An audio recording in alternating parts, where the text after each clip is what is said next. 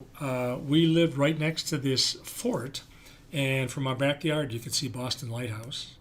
And it was a single level rambler, and my mother had a garage put on there as an addition that cost her some money.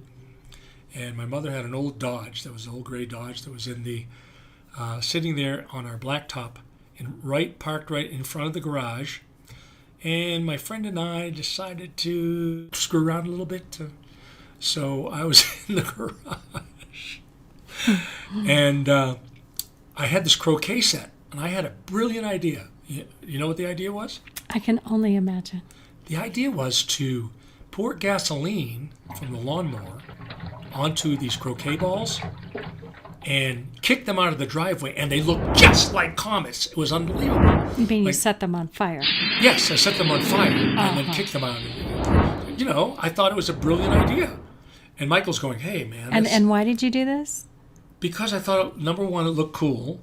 And number two, I was probably trying to find out how comets worked. It was a visual. I became a visual person. So I kicked the first croquet ball out. It went under the car and zooped out under the car and came out the other end. It was great.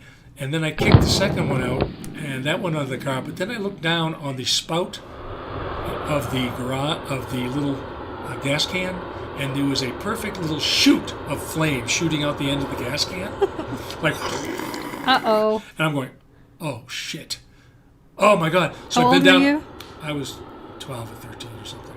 So I bent down and went, oh, no. I was trying to blow it out.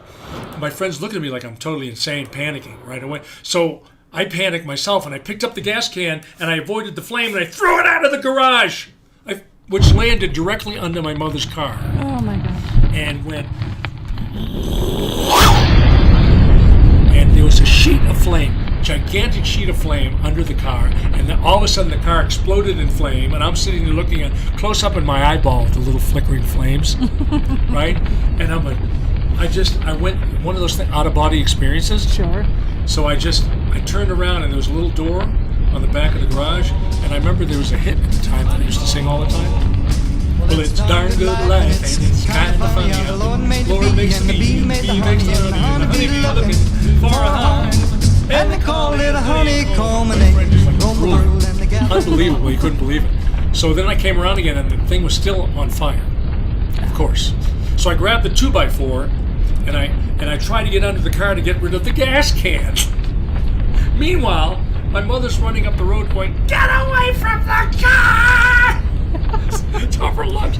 And the fire, someone had called the cops, and the fire truck's coming around the corner. Mm-hmm. Fire truck's coming. My mother's running towards the house, and my friend Michael's sitting there with the hose, with a little bit of water dribbling out the end, with his mouth hanging open. So little Alcatraz oh at my it God, again. little Alcatraz. So the whole thing wound up in the Hull News. I wish I could find this one. And the headline was, "A Boy and a Match."